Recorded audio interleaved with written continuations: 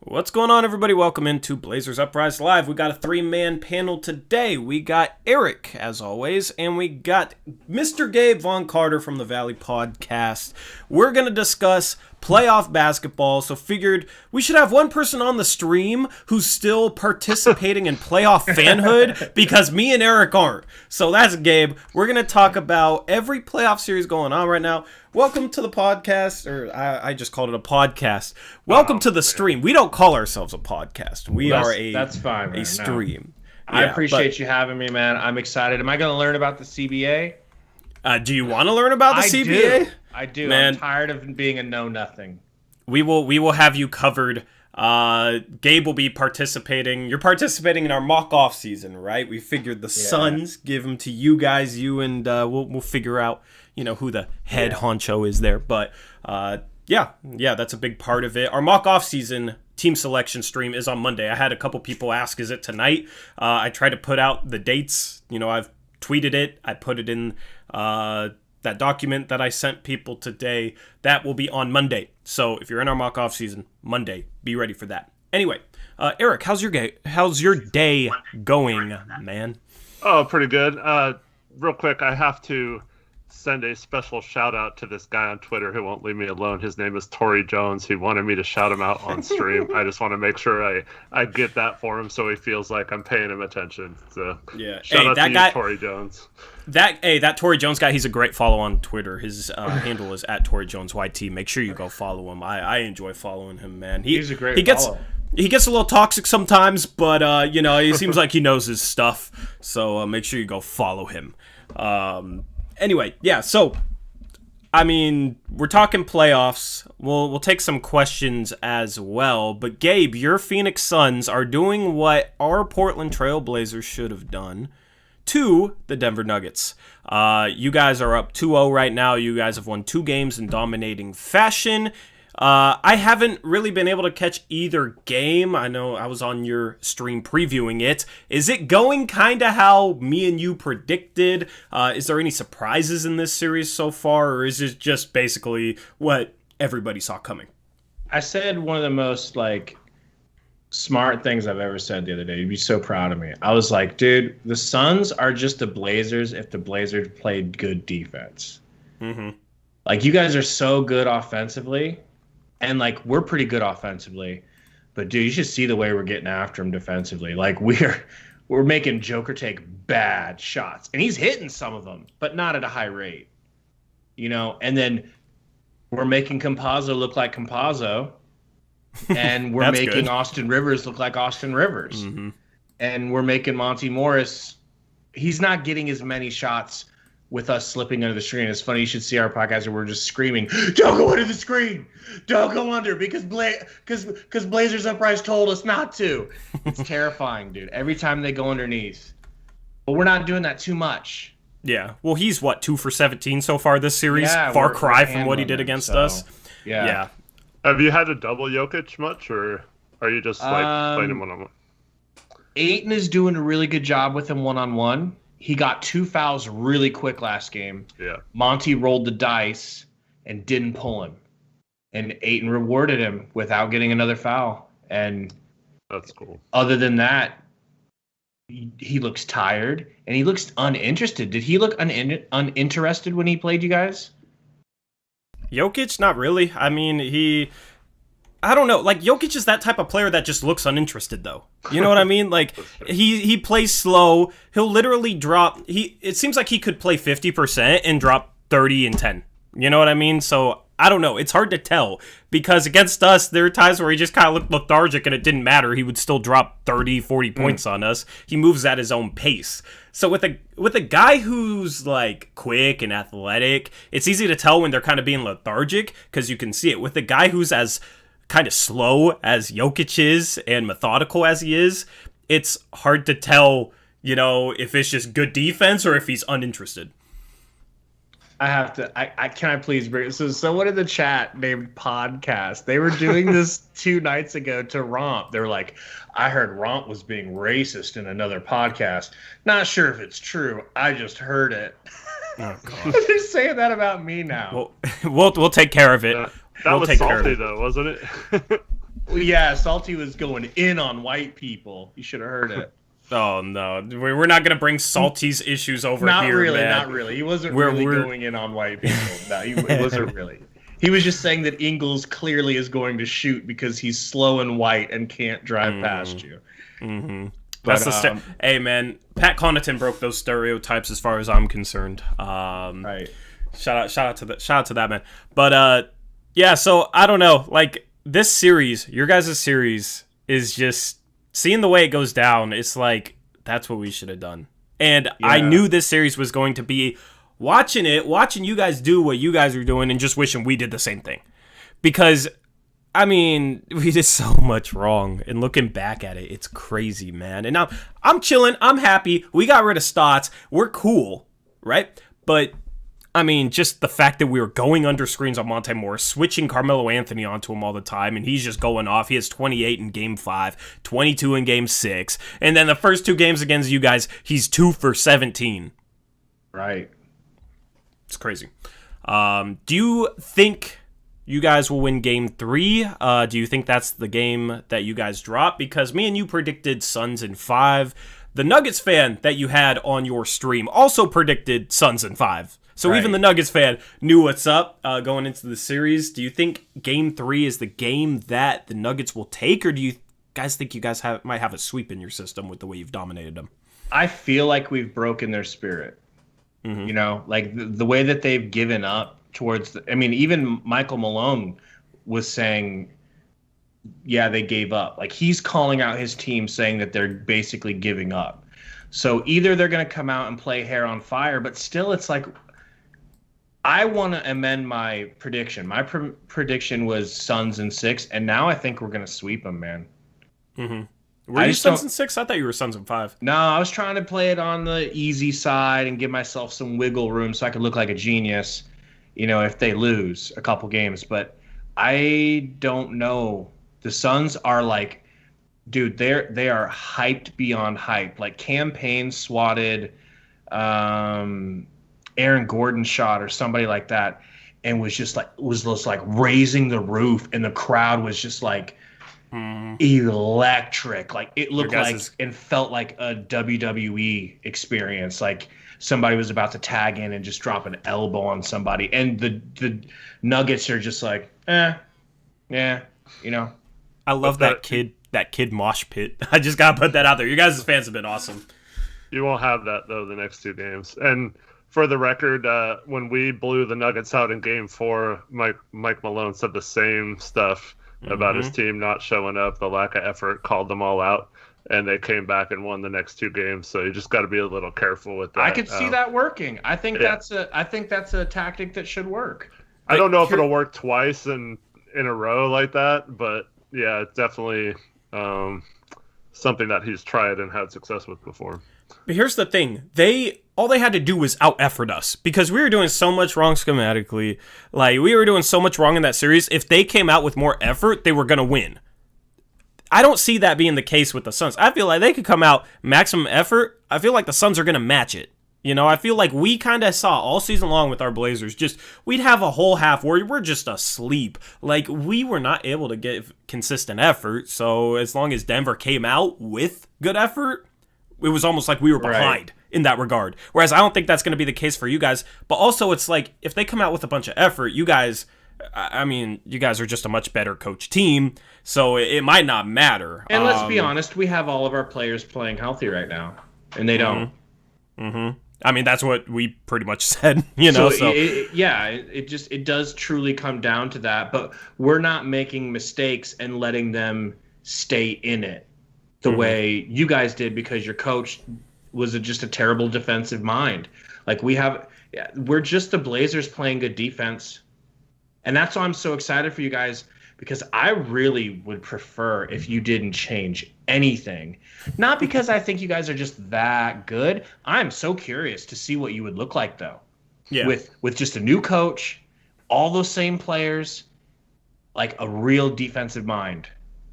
Because Dame can carry you offensively. Like you don't like Peyton Manning, his coach Dungy. It was a defensive coach.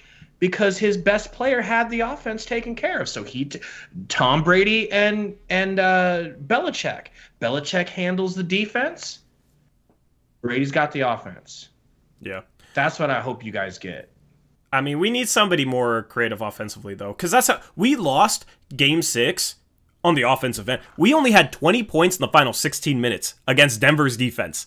Like, it's more than just the defensive side of the ball. Now, I prefer just a defensive coach because I feel like Dame can carry the offense, and so it's like if I had to pick one, I'd pick the defensive coach. I just want a two-way guy. I just want some creative offense and a defense, and that's why I'm not like everybody's screaming trade CJ, trade CJ, trade CJ for this, trade CJ for that. And shout out to anybody watching this that watched my mailbag that I dropped earlier. I timestamped it because it was super long, but I'm curious to see what Dame and CJ would do offensively under a different coach, and I'm curious to see how good the defense could be if they had a coach that made them fully buy in on that end and schemed well.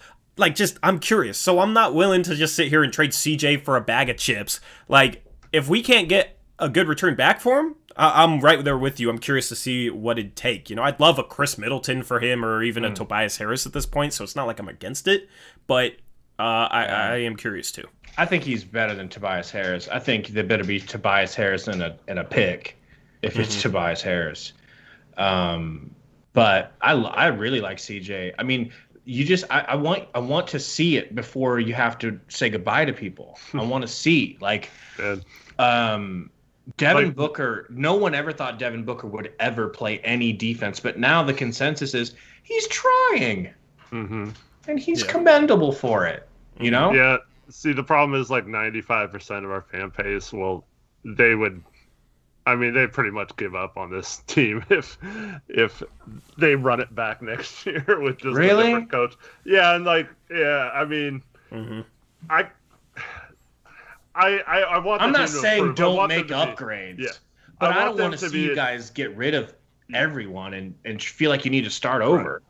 I want them to get better, but part of me wants them to just run it back so we can show like what we've been trying to say, like manifest itself on the court, and then we can point to these examples like, look, Dame and CJ, if they're getting help from the big, like trapping instead of sagging back 10 feet, look how much difference it makes in their defensive effort. It makes them look acceptable, instead of them being on an island all the time, and then you wonder why they always get blown by. Because in my opinion, the way the rules are set up with no hand checking and things like that, it's very rare that even the best defenders in the NBA can't just like defend a guy like Damian Lillard one-on-one with no help.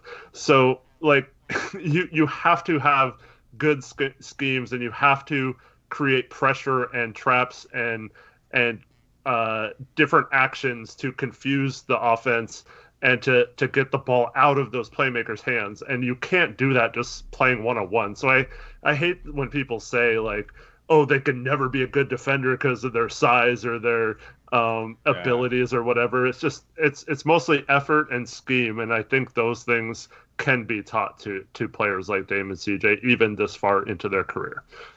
100% agree. And Jackson says in chat, he says, CJ was a slightly below average defender this year statistically, if you didn't know.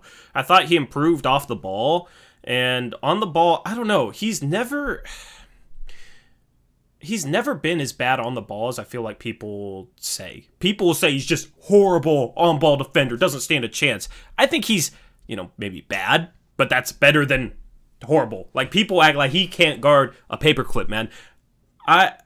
I don't think he's as bad of a defender as people say. He would still make off-ball mistakes, which is kind of been his biggest thing for me, as he would get back cut constantly in previous years and would fall asleep and suck in through screens. I feel like he improved that a bit this year. Still had his issues, but like everybody on this team made just a ton of mistakes off the ball. Just our off-ball defense was basically just random. So that's where I'm kind of curious for like if we can bring in a coach that can help teach that better. Will CJ be a solid off-ball defender? I feel like that could be the case. On the ball, I don't know. He's never going to be good, but just as long as he's servable, just as long as he's competitive, So the curiosity factor has me. And that's what I said in my mailbag kind of multiple times, is like, we don't have to trade CJ. I'm not going to be one of the many people that will sit here freaking out at our GM Olshey.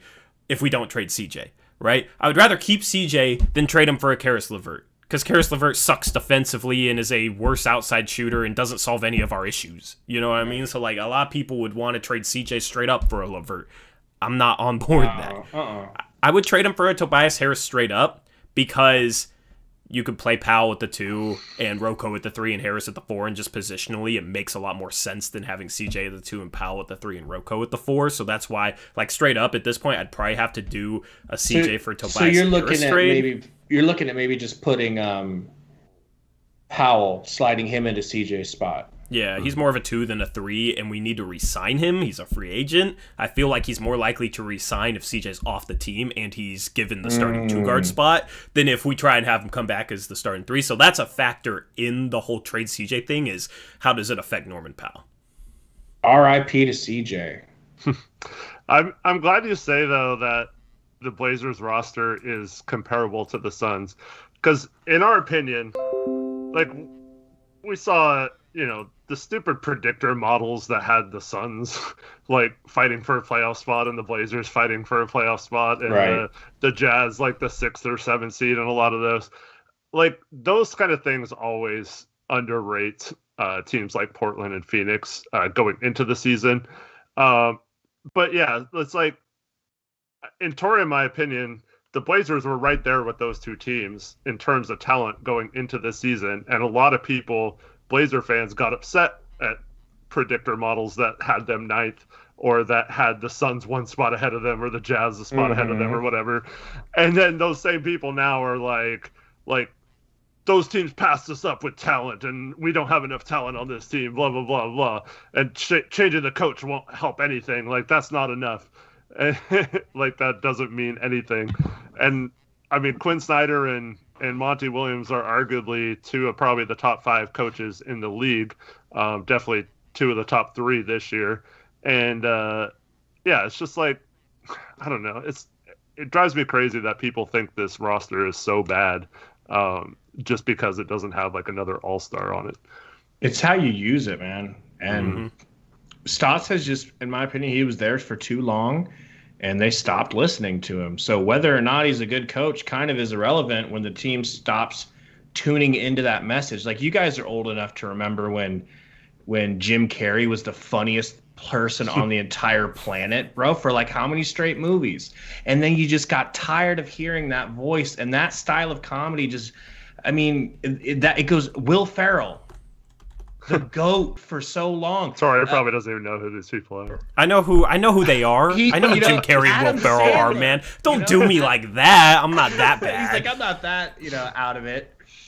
But you know what I mean? Like, it gets old. Things get old, and you need to hear someone else's jokes. You need to hear someone else telling you to play defense and box out. Mm-hmm. It happens, man. Yeah, because we hear all these, like, in practice, we focus 95% of practice on defense and harping on it and stuff like that. It's like, well, obviously you're not harping the right way or, like, focusing on the right techniques or whatever. And then you get into a game and you get into this situation where you have Jokic contained or something, and he dribbles into the middle, and the wrong helper comes, and he just passes out to a wide open Austin Rivers or whatever, and it leads to an open shot. Like, those kind of things can be cleaned up so easily by a good coach who prioritizes and emphasizes, like, making sure those people are held accountable, that they're not supposed to do that. And if they do that, they get, in film study called out or whatever. You playing basketball at whatever level you played at, I'm sure you dreaded doing something bad on defense because you knew you were going to get your butt chewed out on film. Like, if you fell asleep on the backside or didn't get a rotation or something like that. And I feel like there's no way, if an NBA team was watching film correctly and pointing out these mistakes and trying to limit them or try to reduce those, that they would keep happening at this rate. So I feel like they're not even, like, focusing on the right things, or they're too scared to call out players like Dame and CJ in the film studies, even if those are the players happening. And that was one of the major downfalls, in my opinion, was the lack of accountability and the lack of, just, like, challenging these players to be better. It was just like, oh, he missed another one. Oh, but here take the next 5 shots because you're CJ. Like Right. it's not ever a case of, like, no, this is not acceptable. Either get better on defense, or you're not going to be around in the starting lineup. I'm going to move you to the bench or whatever, or you're not. If you're a bench player, you're not going to get to play if this happens. And instead, you have players who don't make those mistakes come in, but the first time they make like a even lesser mistake, they get pulled and don't ever get to play again. It's just crazy to me. But I think the coach would have a huge effect next year. But I don't think we're also going to find out. I think we're going to make some changes to make it that much different of a roster to where it's not going to be obvious what the issues were. Well, I want to tie in what you said to Taylor Packer.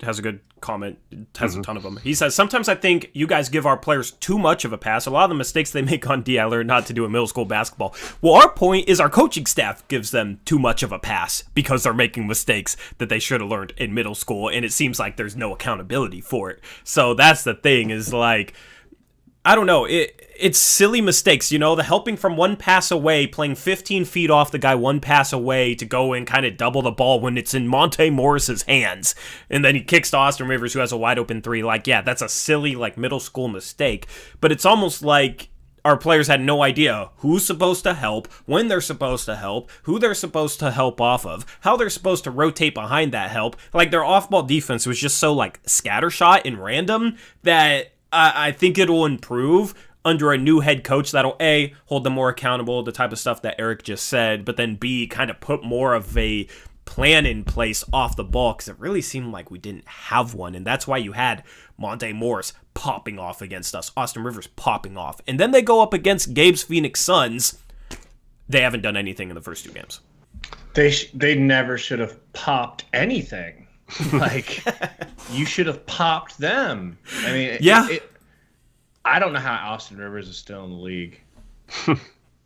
I wish we could get a pop, man. I wish we could get a pop. That would be phenomenal. But at least we got rid of the stots, That's what we needed to do. So, I mean, that's the silver lining after the series. That's why I said I wasn't really tripping if we lost. That's what I was telling everybody. And now we got the improvement there. And hopefully positive roster changes in the offseason. Hopefully it's not something where they just trade CJ for a bag of chips. So yeah, I mean, I'm feeling pretty good right now. Can you guys explain to me real quick? I know you guys have probably talked about it ad nauseum. Was it that Jason Kidd feels like he might get a crack at the Lakers job? Is that why he took himself out of the running? No. In my opinion, what happened was his name got leaked, apparently connected to Dame.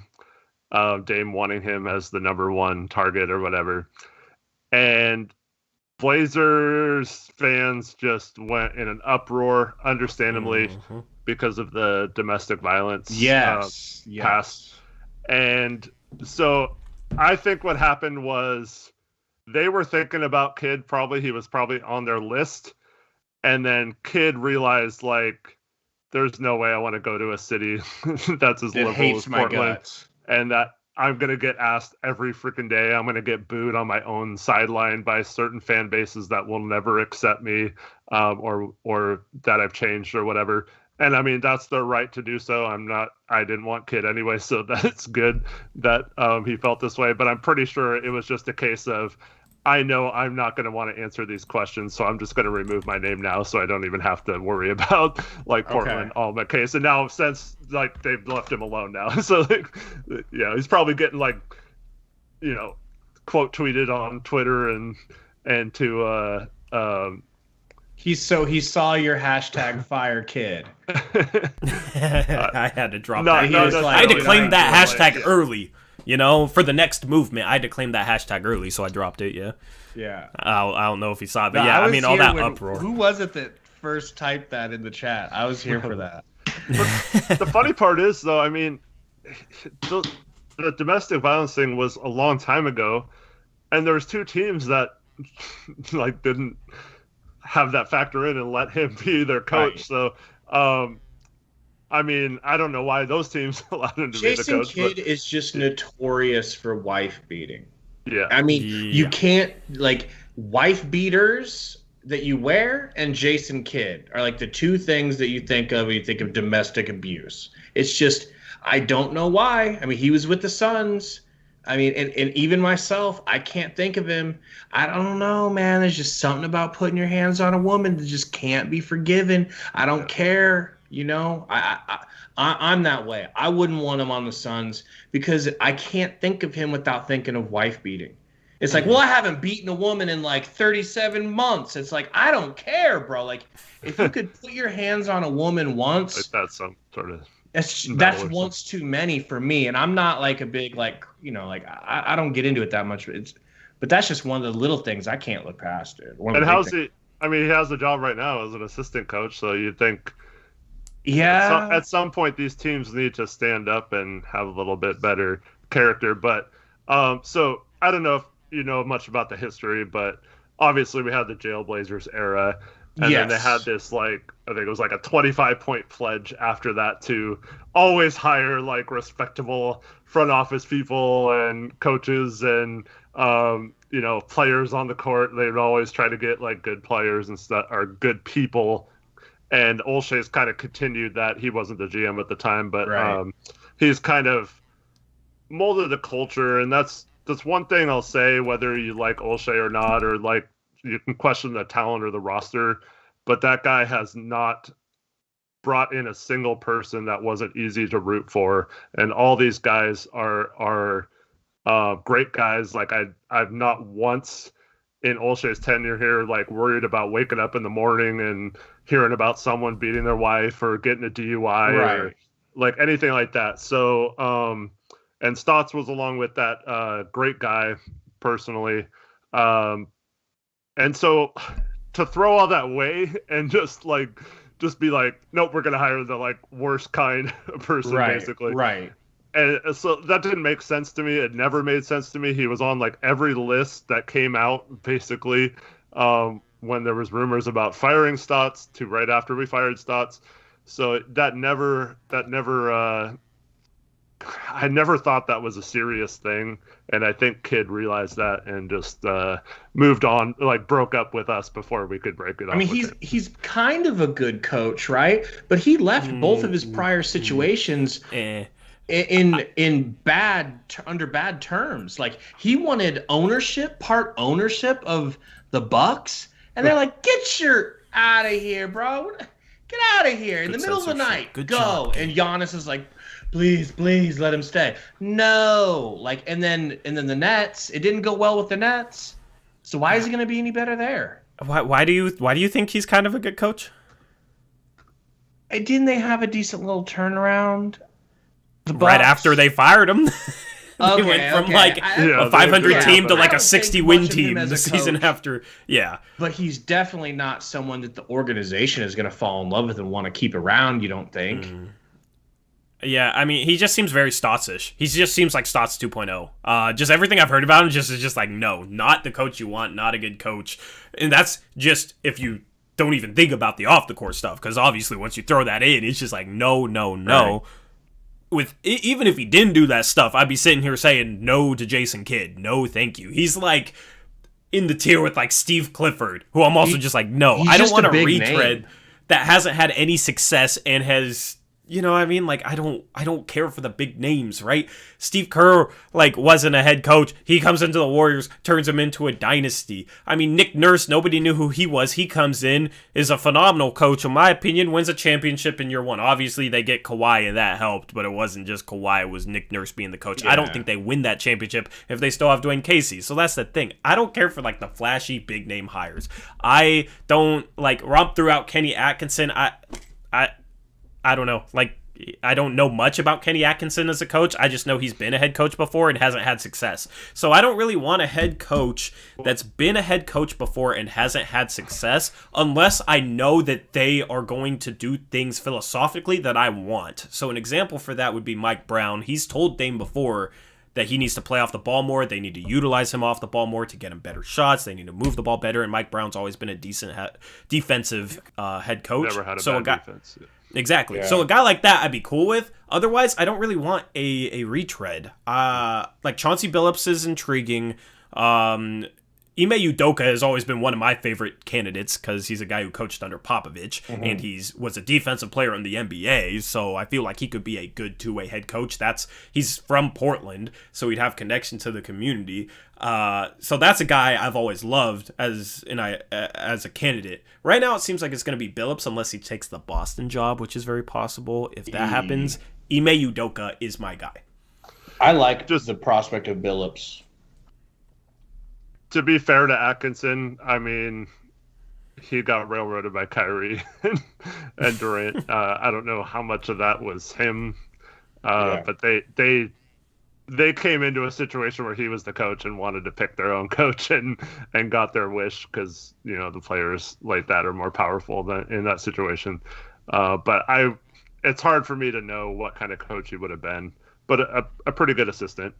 And to the person who JD mentioned, Thomas Robinson got a speeding ticket. Like, that's kind of my point. So in 9 years, the only example you can bring up of a player getting in trouble was speeding on the highway. So, like, I think that proves my point, not goes against it. Damn. Yeah. Yep. Alrighty, you guys want to talk the rest of these playoff series now?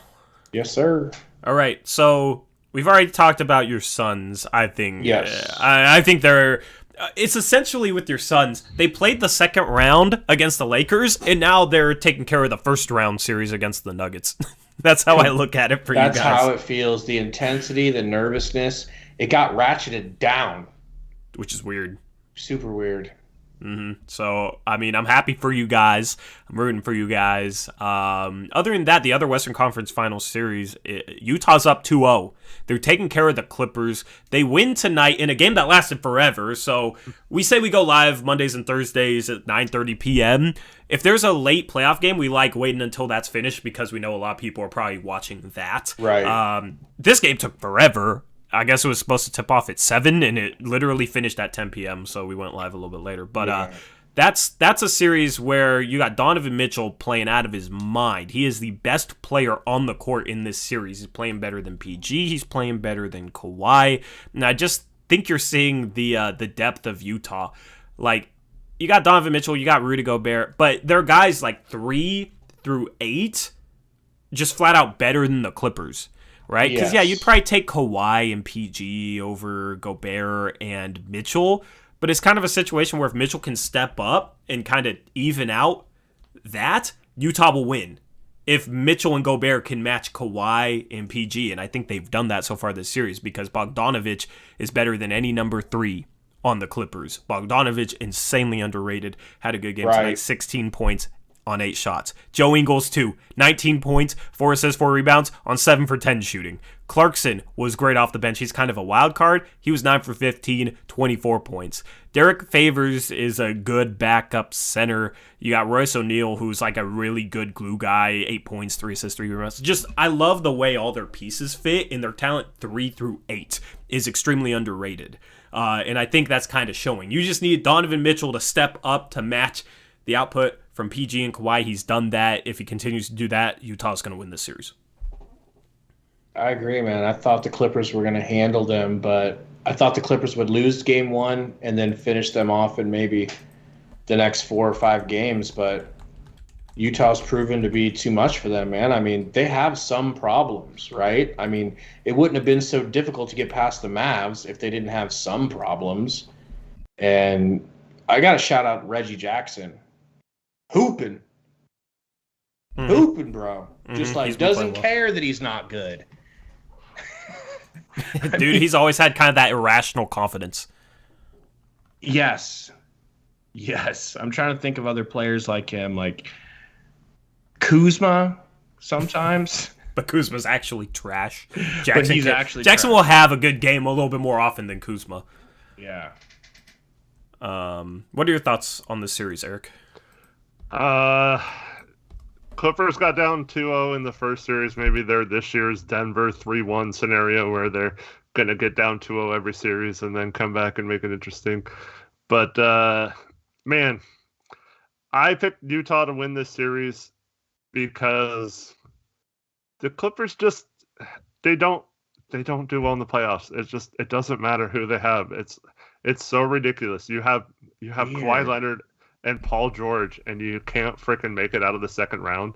It's like it's so much of a failure. And this is I've heard this mentioned in chat. Sorry, I forgot who said it, but it makes people like not want Chauncey Billups because like even though he's not the head coach, like I feel like this coaching staff is once again just terrible. I feel like the mental makeup of this team is weak, like every Clippers team has ever been. They've never made it to the Western Conference Finals in the history of their team. So if they can't do it more like with getting those two wing players in a league that thrives off teams having elite wings, I mean, I don't know if they're ever going to make a Western Conference Finals. So it's pretty sad for them. And it's great that a team like that doesn't get rewarded for, mortgaging their whole future and turning the league upside down, pillaging small markets and stuff like that. But I think I still think they're in this series. Obviously, they go home now and can do some things there. But much like Game 2 of the Portland series and Game 2 of your series, Gabe, with the Suns Nuggets, I feel like this is a great opportunity to just put your foot down and in their season in Game 3. And so I don't want to hear like, oh well, they came out and played hard and we just couldn't do anything about it, because that's the kind of crap we're used to hearing is like, oh, they just came out and outworked us. It's like, well, no duh, they were going to fight for their playoff lives in this game. So if Utah can somehow match that intensity in Game 3, they can completely win this game and in this series right there. And it'd be great to see. I really want them to just. I mean, I don't like Utah really, but I want them to beat the Clippers.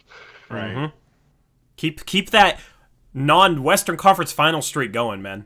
That'd be phenomenal. And then maybe watch that team blow up in the offseason. I'm here for that. For all of us. Mm-hmm. Mm-hmm. But so you got Utah in control.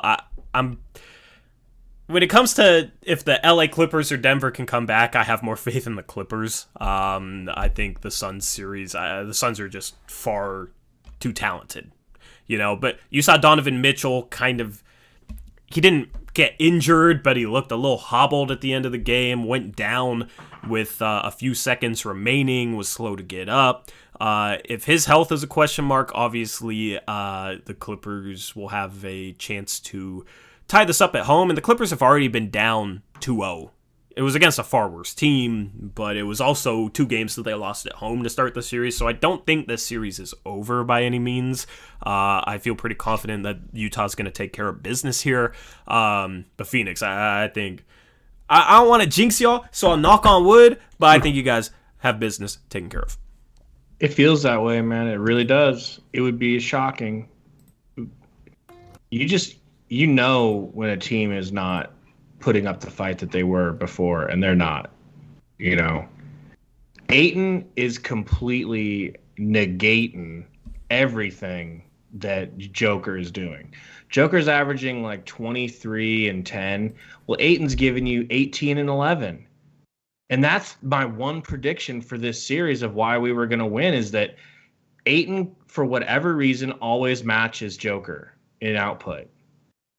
And that's what they hang their hat on. We've got Joker. It's like, okay, but what if our center does exactly the same as him almost and basically plays him dead to dead, rights?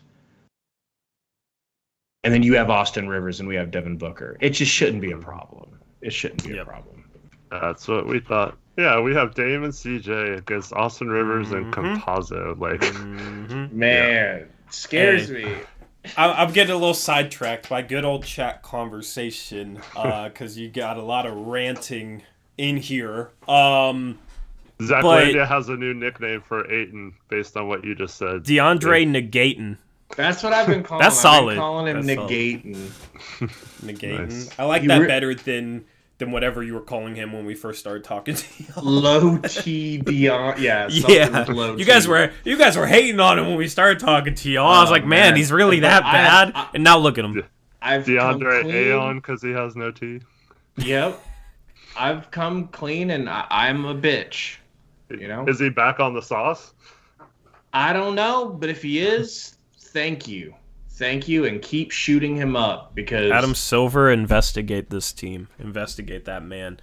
Where's the drug test when you need it, man? Because he's been playing legit, man. And he's been kind of the X factor for you guys stepping up. Kind of like how Nurkic is an X factor for us. Ayton's played Jokic better than Nurkic. Yeah. And I've decided also that I'm going to treat him with kid gloves again. He's just so big, hulking, and like old looking. Let's be honest. He has an older man's face for being 22. And I've realized that he is truly just a kid, and I might need to give him a little bit more time before I decide he's not playing like a grown adult, because I don't think he's really a grown adult yet. Yeah. Still room left for growth. I mean, you guys still should have taken Doncic. I'm not gonna go along with those Suns fans that say, nah, we should have taken Ayton now. No, that's poppycock. Okay. Yeah. Is that an old man saying? It is. It's a very I've never used that. Eric, you've heard poppycock, right? Yes, of course. Yeah. That's like way older than Eric. Torrey lives a very sheltered life. Yes, he does. Wow, man. Wow. But I don't know. I just want to touch on the whole conversation is just playing out in chat is completely different than the one we're having.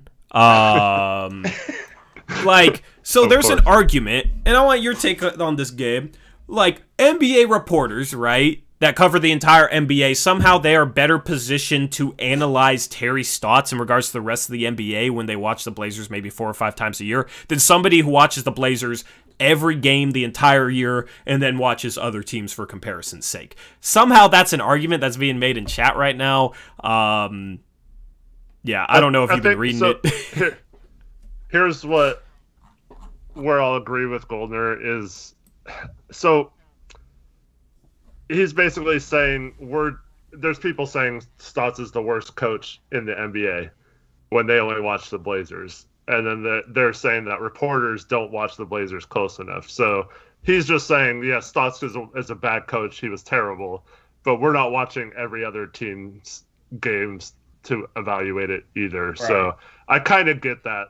But yeah, you can watch a team like the Suns and be like, wow, Monty's obviously better than Stotts. If you know basketball, you know basketball. Yeah. You don't need to know what the other coaches are doing to know whether or not your coach is doing a good job. You two know basketball in and out, so like you don't need to rely on what other coaches are doing. But I think the argument's that they're just talking about whether Stotts is the worst coach in the NBA. My whole point is the best way to compare an individual coach to the rest of the coaches in the NBA is to focus on that individual coach, then watch bits and parts of the rest of the NBA. Because you can't really get a good feel for a coach if you only watch him 5 games a year. You have to watch him throughout the year, right? So, I mean, maybe you can make the argument, oh, you don't get a good enough feel of any other coach in the league. You're not watching him enough. But I feel like the best way to compare a coach to the rest of the NBA is look at what your coach is doing throughout the entire season. Is he making adjustments as the season goes along? Is he responding to adversity? Is he doing things right schematically? You got a guy in Stotts who is just absolutely moronic when it came to X's and O's, in my opinion. Like, I don't know how...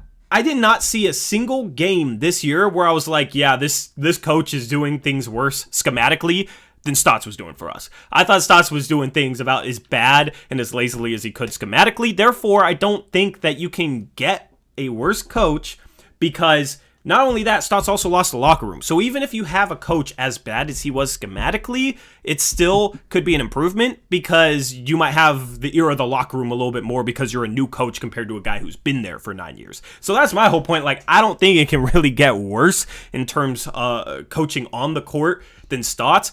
It would be worse for Jason Kidd because of the off-the-court stuff, but I'm not really sure how they downgrade, because that's an argument I've heard from a lot of the pro-Stotts crowd is, hey, there's a big chance you could downgrade. I don't see it.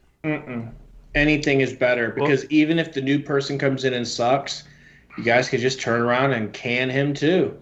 Keep looking. So I don't want a retread, so... there was a rumor today that Mike D'Antoni is jumping to top of the which is funny because Olshey comes out and says we're going to take our time with this. We're not even going to start interviewing people until after the second round or whatever. So yeah, I just don't want coaches that have had multiple chances, and I don't. I know D'Antoni was close, but it's just I don't know. I just don't like the coaches that have had multiple chances. But at the same time, just real quick to Tori's point though, if you hire a coach who doesn't have any experience, there is the possibility of a Bjorkgren type situation where he just the players hate him from day one, don't respond to him at all. He loses the locker room before he even starts, and then they don't listen to any of his teachings or schemes anyway. So there is that possibility. I don't think it's high, but you do have to factor in that there is a chance when you hire someone who isn't proven that they could just be completely in and over their head and not a good head coach. I mean, sure, the Blazers could hire a 3-year-old, and the 3-year-old would be worse schematically. I'm talking realistic terms, Right. Realistically, I don't see how it gets much worse, in my opinion. That's just my opinion, and you're okay to have the other opinion, and you're okay to have a different opinion. Yeah, I just wanted to speak on D'Antoni specifically. So, how bad was? I know Stotts was worthless defensively, but how good was he offensively as a coach? Do you want to answer that? Not good. I mean, not good either. Sets were not diverse. It was a lot of perimeter movement and a lot of wasted movement that just resulted in pick and roll and isolation. Okay. Anyway, we didn't move the ball well. We didn't push the pace as much as we should. That wasn't really emphasized. I mean, we ran, I think, the most pick and rolls in the league. We had the lowest amount of assists per possession in the league.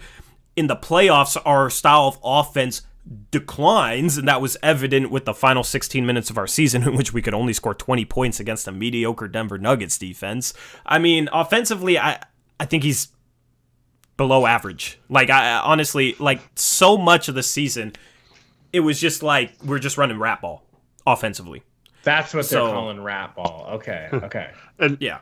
And the type of ball you'd go to an open gym and see played. Pick and roll, isolation, that's about it.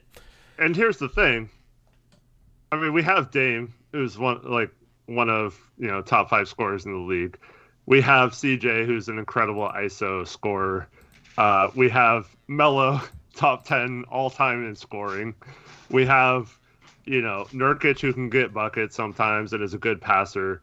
We have we brought in Norman Powell, who is one of the more efficient guards in the entire NBA in terms of 3-point shooting efficiency and scoring, getting to the free throw line, stuff like that. And then we have even a guy like Cantor is strictly an offensive center who gets massive offensive rebounds and cleans up messes. We have Simons shooting 42% from 3 this year. Trent was shooting 40% or around there before he got traded. The personnel is by default, you should be top 5 offense in the league. There's no excuse for you not to be just by rolling the ball out there, because Melo can get his shot, CJ can get his shot, Dame can get his shot, no matter what the offense is. But the problem is we're close to I think we were by far the worst in terms of contested 3-point shots. We don't get a lot of fast break points. We don't cause turnovers on defense, so we don't get a lot of chaos situations. The times we did get a rebound or a turnover and we pushed the pace, so I felt like we played really well. But yeah, so when people say oh, but Stotts is awesome because he has the top defense over the second half of the season or whatever, I just feel like that's such just a statement saying that, oh, because they're the first in defense or first in offense, that obviously must be true, right? But I just feel like they could get so much better shots. I mean, we don't even set cross screens or that little curl screen where Booker comes from like the block to the free throw line and curls around someone and gets that. Like Melo and CJ would eat those plays. Like imagine them getting open shots instead of like having to drive on someone and shooting with a guy in their face, sometimes two guys in their face and stuff. So like I don't know. It's just I would love to see a coach that actually wanted to put the players in the best position to get stuff. There's plenty of negative things I can say about D'Antoni. I can go on and on. Mm-hmm. But you're looking at unproven coaches potentially, Chauncey, other things. You're like, I don't know. Do we want to retread? Do we want to give somebody a chance? I'll tell you what you will get with D'Antoni, no matter what. Steve Nash couldn't get a contract from the Dallas Mavericks.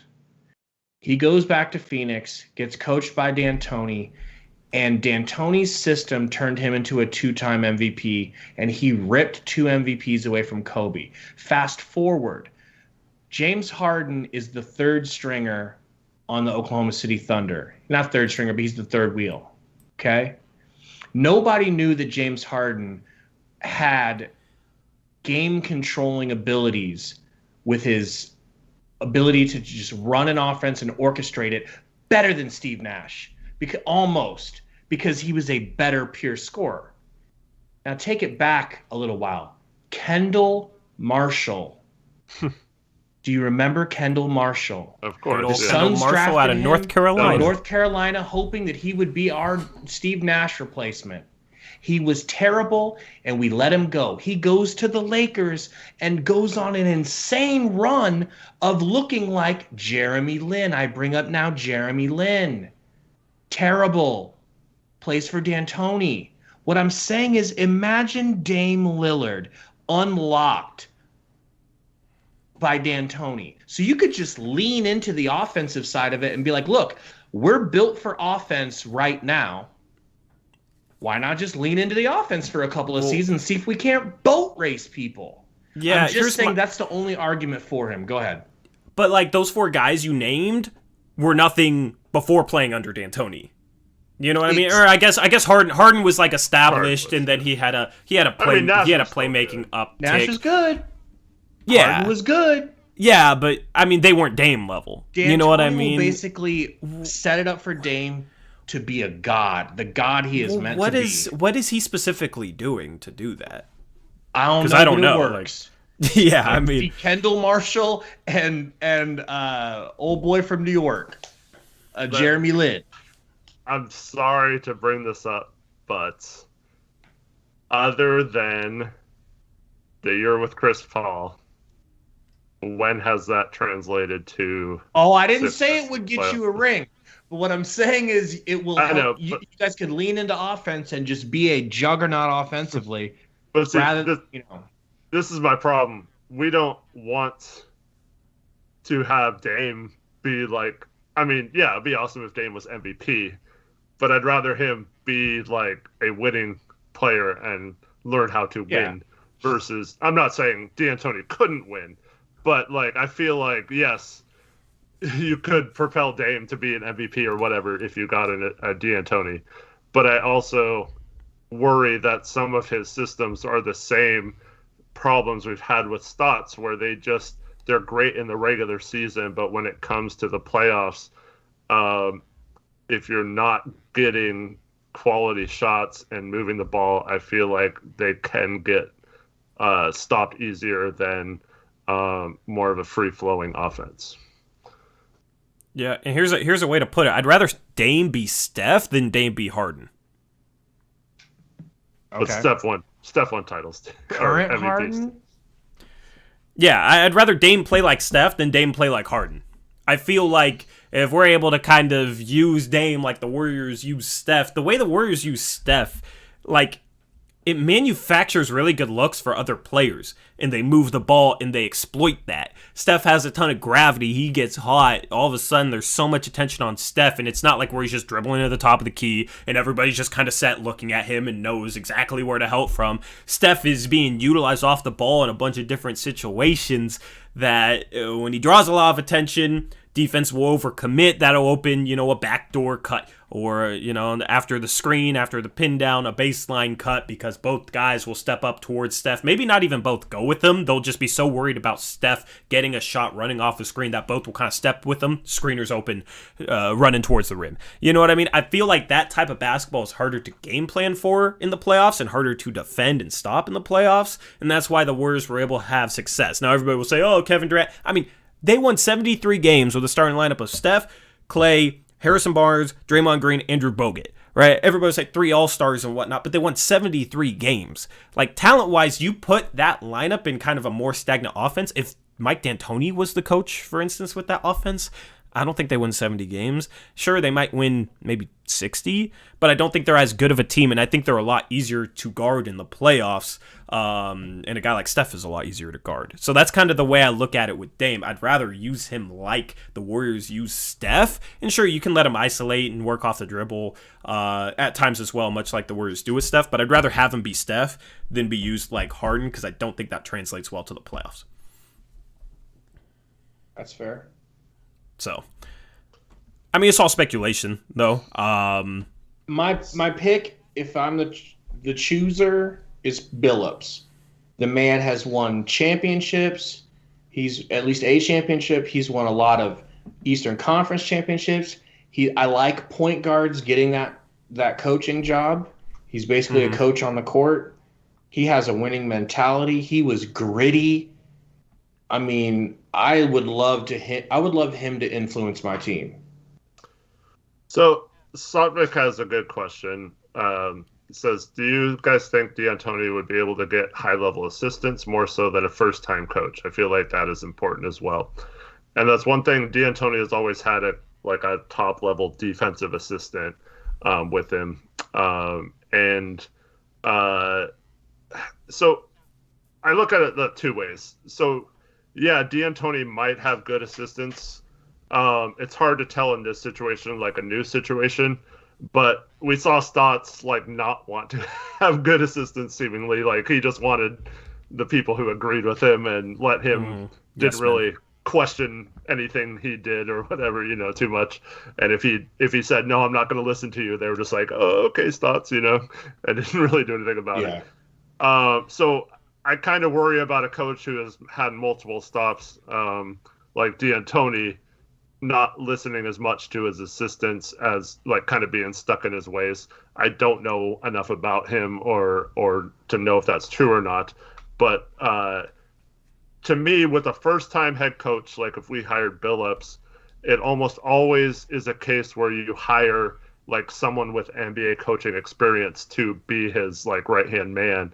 So I would want a Steve Clifford level guy, not someone who I'd want for a head coach, but someone who has been a head coach for several years now, runs a good defense or whatever, and can come in and kind of help guide that first-year coach. So in my opinion, a first-time coach could probably get a better assistant because you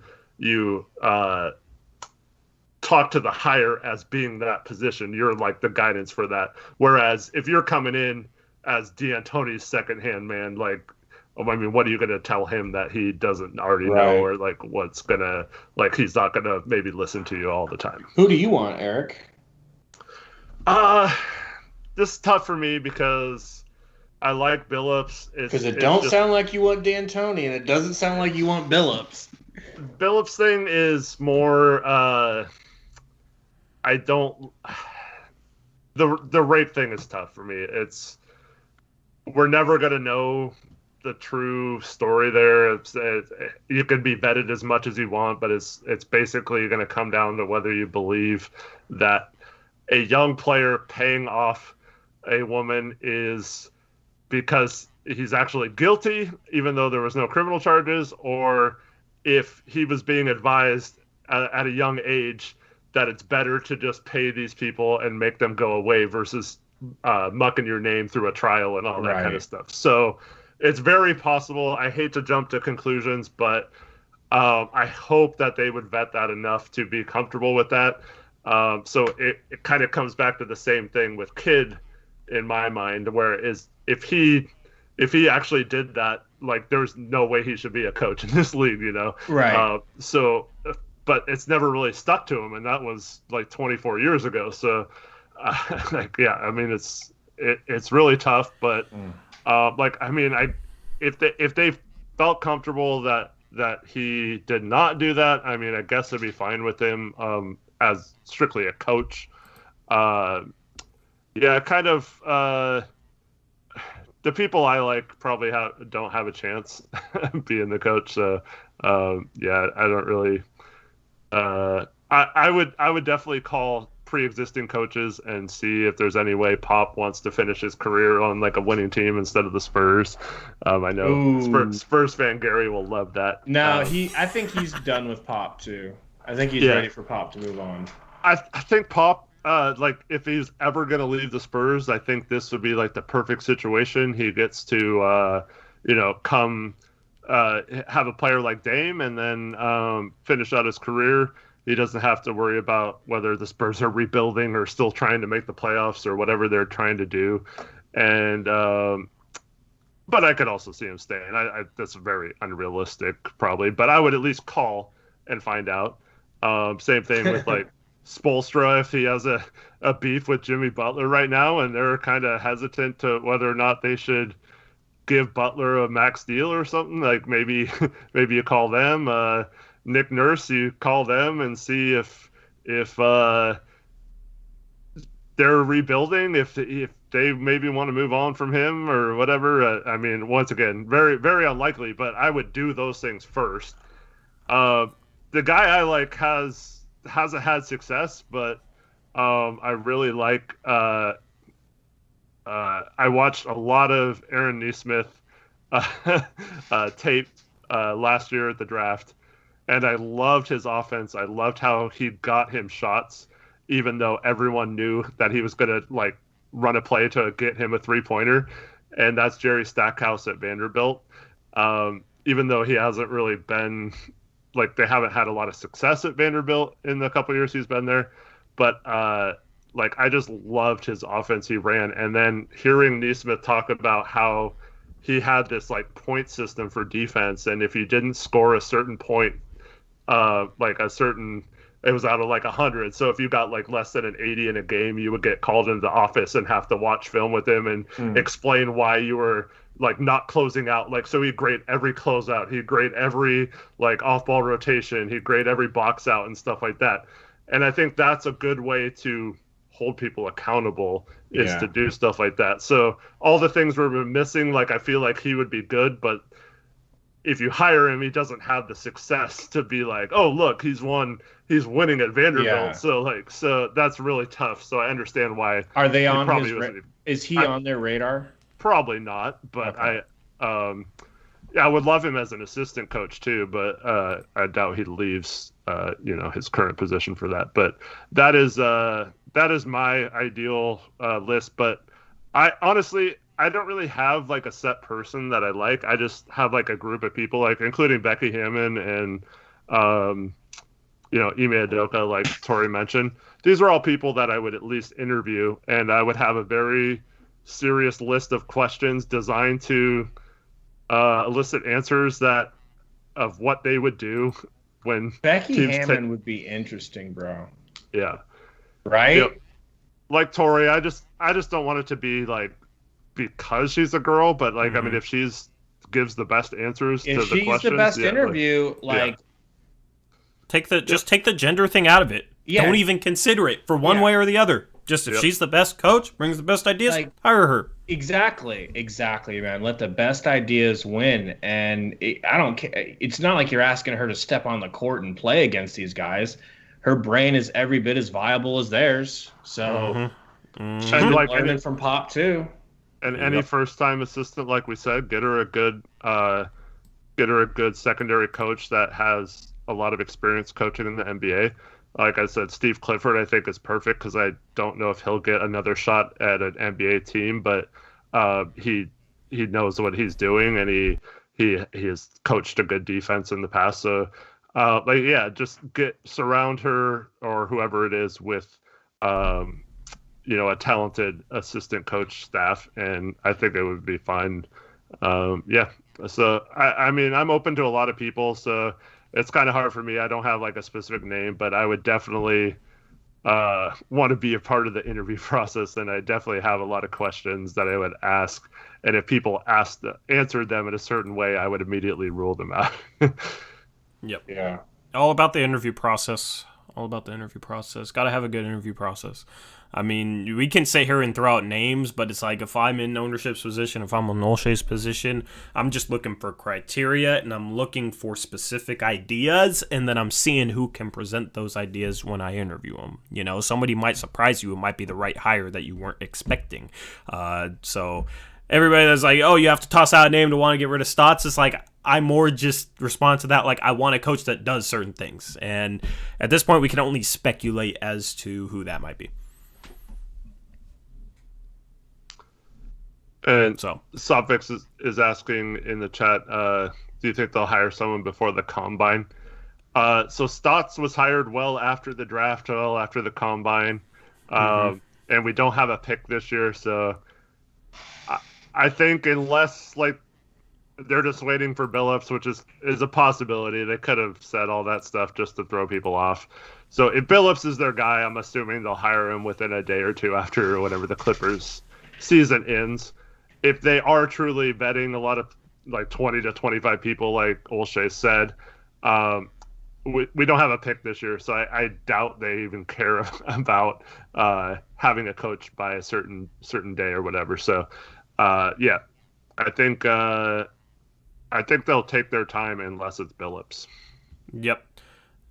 Let's wrap up talking about the playoffs. Let's talk about the Eastern Conference before we wrap up this stream. So you got Sixers and Hawks playing tomorrow. That game is on ESPN, tipping off at 4:30 p.m. I think, I'm just going to go out on the record and say this, I think it's a must-win for the Hawks. Not necessarily a must-win for the Sixers, but the Hawks were able to steal home court advantage in Philadelphia, which is a pretty good home court, and now obviously home court matters for the first time in a while.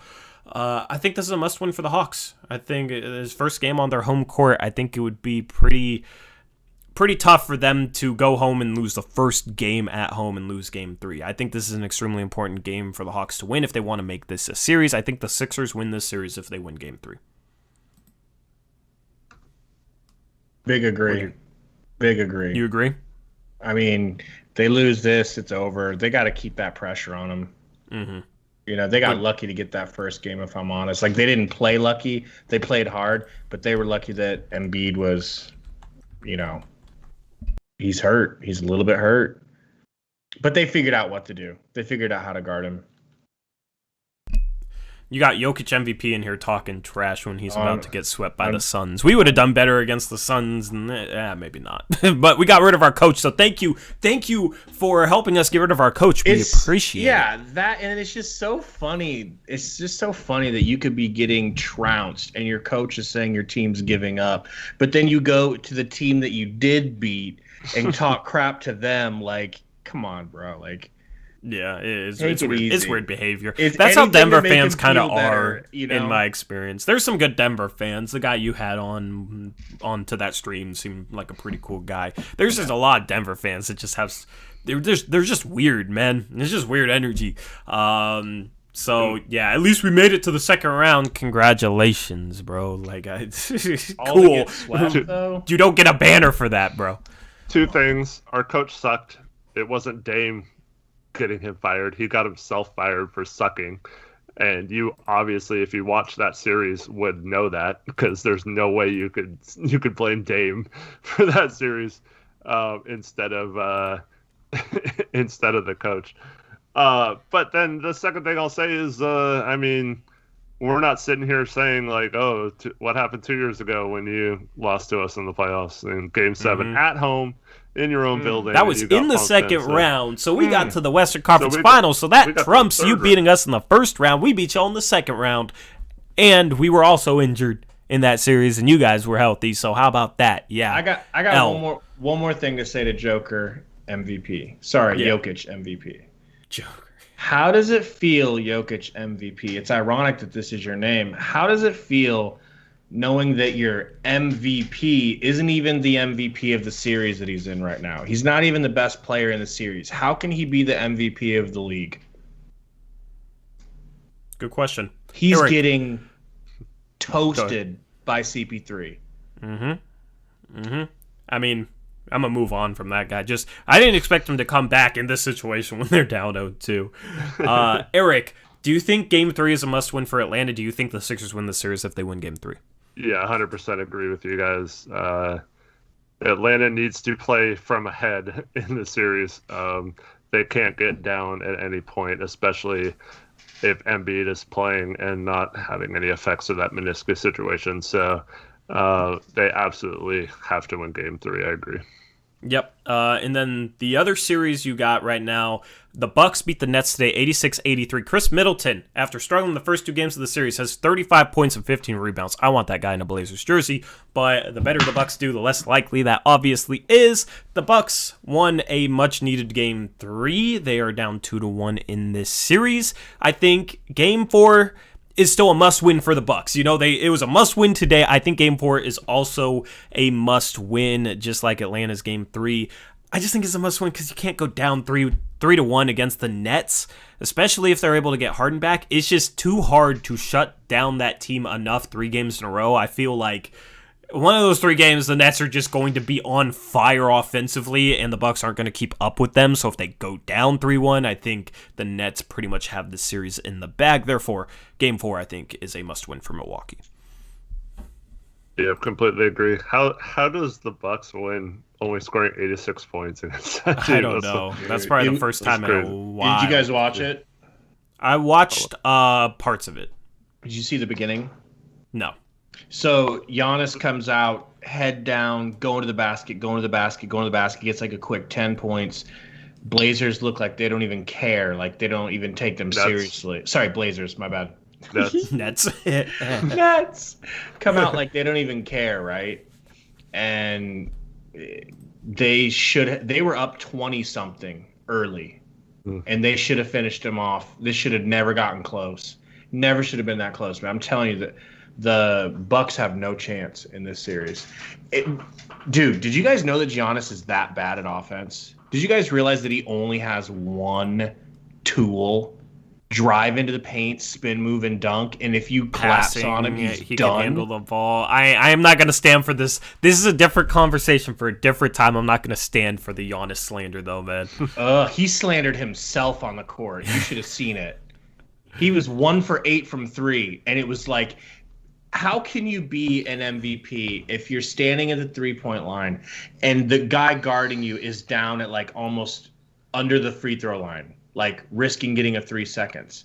And he's like, I want to shoot, but I know he got another 10-second delay on a free throw today. He needs to shoot the dang ball. But, Zachary says, no, let's slander Giannis to lower his value. There you go. That's thinking with your noodle. I mean, he'd be a great fit next to Dame. I would love him as a number 2 next to Dame. That's just not realistic.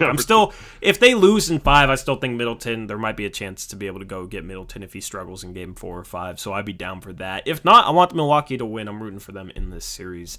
My Porzingis is your Giannis, but Porzingis actually sucks. Yeah, Porzingis. Any Blazer fan that wants Porzingis, just no, thank you. No, thank you. I had a couple questions on Porzingis and Kevin Love in my mailbag. No injury-prone fours that can't defend. No, thank you. Speaking of questionable, maybe rape situation. Oh yeah. I mean, let's just try and avoid that. I think that's a pretty good bar to set. Anyway, that's gonna wrap up this stream. Gabe, where can they find you? Please come check us out at the Valley Podcast. A lot of you already have, and we really appreciate it. We'll be doing another live stream tomorrow for this Nuggets Game 3. Maybe MVP Jokic will come join our chat and give us a good laugh. Yep, I will post a link to your channel. Where can they find you on Twitter? On Twitter, we're at Suns Valley Pod, and then I personally am at GabeVonCarter. But yeah, thanks for having me, man. I appreciate it. Anytime you guys thanks for coming on. Me on, I'll be here.